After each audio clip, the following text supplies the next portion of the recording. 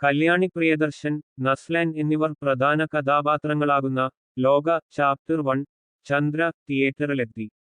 നടൻ ദുൽഖർ സൽമാന്റെ വേഫെറർ ഫിലിംസാണ് ചിത്രത്തിന്റെ നിർമ്മാണം.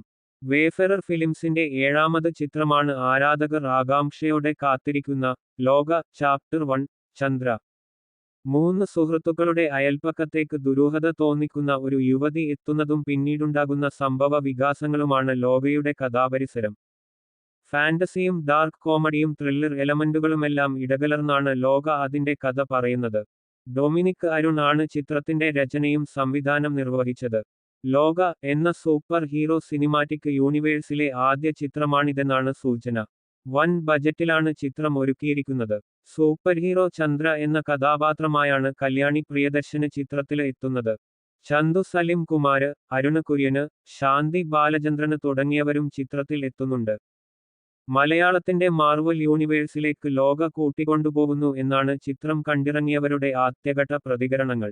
അതിശയിപ്പിക്കുന്ന VFX, ആകർഷകമായ കഥപറച്ചിൽ, ശക്തമായ പശ്ചാത്തല സംഗീതം എന്നിവയുള്ള ഒരു ദൃശ്യാനുഭവമാണ് ലോക. നസ്ലൻ, സാൻഡി മാസ്റ്റർ എന്നിവരുടെ ശക്തമായ പിന്തുണയോടെ കല്യാണി പ്രിയദർശൻ ചിത്രത്തിന്റെ ആത്മാവായി തിളങ്ങുന്നു.